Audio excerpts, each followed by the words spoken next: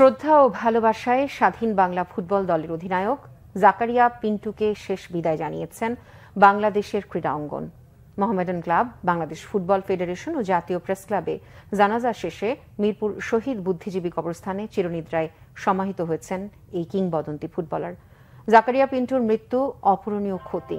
কর্মের মাধ্যমে তাকে স্মরণ রাখার কথা বলেন বাফুফের সভাপতি তাবিথ আউয়াল। মানিক মাহমুদের রিপোর্টে বিস্তারিত। বাংলাদেশ ফুটবল ফেডারেশনে 2012 সালে এসেছিলেন সর্বশেষ, আবার এলেন এক যুগ পর। তবে অ্যাম্বুলেন্সে করে নিথর দেহে ফেডারেশনের কার্যক্রমে ছিল অসন্তুষ্টি। অভিমানে ফুটবল থেকে ছিলেন দূরে। স্বাধীন বাংলা ফুটবল দলের অধিনায়ক, বাংলাদেশের ফুটবলে উজ্জ্বল নক্ষত্র জাকারিয়া পিন্টু বাফুফের সাবেক সহসভাপতিও ছিলেন। বার্ধক্যজনিত নানা রোগে আক্রান্ত পিন্টু 81 বছর বয়সে সোমবার মৃত্যুবরণ করেন। শোকের ছায়া নেমে আসে ক্রীড়াঙ্গনে। বাফুফেতে তার জানাজায় অংশ নেন সভাপতি তাবিথ আওয়াল সহ নির্বাহী কমিটির সদস্য, ক্রীড়া ব্যক্তিত্ব ও সংগঠকরা। মরহুমের মরদেহে শ্রদ্ধা নিবেদনের পর বাফুফে সভাপতি বলেন, অভিভাবক হারালেন তারা।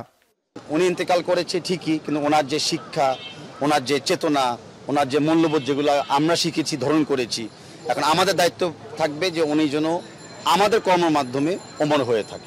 সম্মিলিত সবাই মিলে প্ল্যানটা করতে হবে, যেটা সারা জীবন তাকে স্মরণ করতে পারে মানুষ। সেরকম একটা দৃষ্টান্তমূলক কাজ আমরা অবশ্যই করব।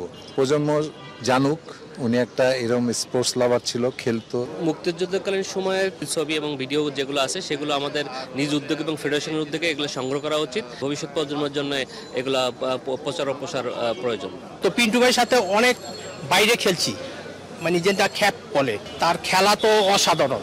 বাংলাদেশের স্পোর্ট যতদিন বাইচে থাকবো পিন্টু ভাইরে স্মরণ করতেই হবে। বর্ণাঢ্য ক্যারিয়ারে টানা 8 বছর ঐতিহ্যবাহী মোহামেডান ক্লাবের অধিনায়ক ছিলেন পিন্টু। সাদা কালো শিবিরে খেলেছেন 16 বছর, ছিলেন নানা দায়িত্বে। মৃত্যুর পর শেষবার প্রিয় ক্লাবে আনা হয় তার মরদেহ। রাষ্ট্রীয় সম্মান, গার্ড অব অনার দেওয়া হয় এই বীর মুক্তিযোদ্ধাকে। জাতীয় প্রেস ক্লাবে হয় শেষ জানাজা। নামাজে অংশ নেন বিএনপি মহাসচিব মির্জা ফখরুল ইসলাম আলমগীর সহ পিন্টুর বন্ধু ও শুভাকাঙ্ক্ষীরা। প্রিয় বন্ধুকে হারিয়ে বিমর্ষ বরেণ্য ক্রীড়া সাংবাদিক মোহাম্মদ কামরুজ্জামান ও ক্রীড়া ব্যক্তিত্ব প্রতাপ শঙ্কর হাজরা। স্বাধীনতা পুরস্কার সহ অসংখ্য পুরস্কার পেলেও কিংবদন্তি জাকারিয়া পিন্টুর সঠিক মূল্যায়ন হয়নি, অভিযোগ তার শুভানুধ্যায়ীদের। আমাদের 67 বছরের 57-এ জন্ম করে ওইখানে আমাদের পরিচয়।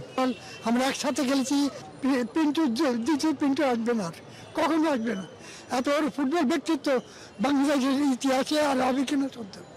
কারণ মুক্তিযুদ্ধ যে আমাদের গৌরবের জিনিস, গৌরবময় অংশকে।